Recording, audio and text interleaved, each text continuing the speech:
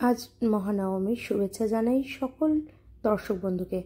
আজ আমাদের পাড়ার মা জগদ্ধাত্রী পূজার নবমীর বলির আগের কিছু মুহূর্ত যে সমস্ত ছেলেরা এখানে ছিলেন তারা বলির জন্য প্রস্তুতি নিচ্ছিলেন এবং প্রতিটা ফলের ওপর তাদেরকে পুজো করে এই ফলগুলো নিয়ে তারা স্নানে যান এবং একে একে খুব সুন্দরভাবে সুসজ্জিতভাবে যান এবং প্রত্যেকেই খুব সুন্দরভাবে সুসজ্জিত হয়ে বলি স্নান করে ফলে স্নান করিয়ে তারা ফেরেন এবং একটা অপূর্ব অনুভূতি থেকে যায় এই মা জগদ্ধাত্রী পুজোর সময়। অসম্ভব সুন্দর মায়ের দৃশ্য, মায়ের খুব সুন্দর লাগে সেই মুহূর্ত দেখতে, আর এই মুহূর্তের সাক্ষী হতেও খুবই ভালো লাগে। এখানে একটু মাটির দলা দিয়ে এখানে একটা বলির মুহূর্ত তৈরি করা হয় এবং একে একে সেই ফলগুলোকেই বলি দেওয়া হয় এবং সেই মুহূর্তের সাক্ষী আজ আপনারাও থাকবেন আমার সাথে।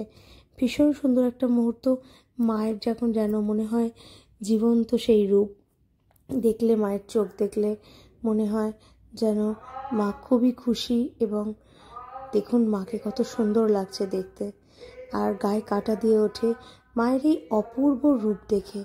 ঠিক বলি পর্ব শেষ হয়, একে একে সমস্ত ফলের বলি দেওয়া হয় এবং তারপরেই শুরু হয় ডন্ডি কাটার পালা। মায়ের মুখটা দেখুন, অপূর্ব সুন্দর লাগছে মাকে এইভাবে দেখে। সর্বশেষে আঁকটা কেটে মায়ের বলি সমাপ্ত হয় এবং কথায় আছে মায়ের বলির এই মাটি বাড়িতে যদি রাখেন তাহলে কোনো বিপদ আপদ থেকে আপনারা সুরক্ষিত থাকতে পারবেন। এরপরেই ডন্ডি কাটা শুরু হয় এবং প্রত্যেক মা বোনেরা এবং কিছু ছেলেরাও এই ডন্ডিতে অংশগ্রহণ করেন এবং খুবই সুন্দর লাগে। এর যেন এক আলাদা অনুভূতি।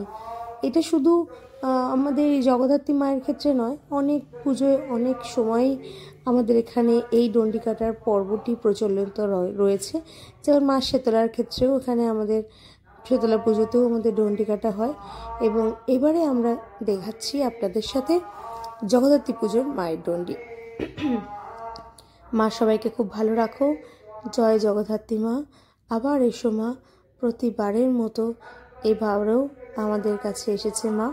অনেক আনন্দ নিয়ে আশা রাখবো আপনাদের যদি এই ভিডিওটা ভালো লেগে থাকে তাহলে একটু লাইক ফলো করে পাশে থাকবেন। খুব ভালো লাগবে যদি আপনারাও এরকম মুহূর্তের সাক্ষী আমাদের সাথে হয়ে থাকতে পারেন। অসংখ্য ধন্যবাদ শেষ অবধি দেখার জন্য।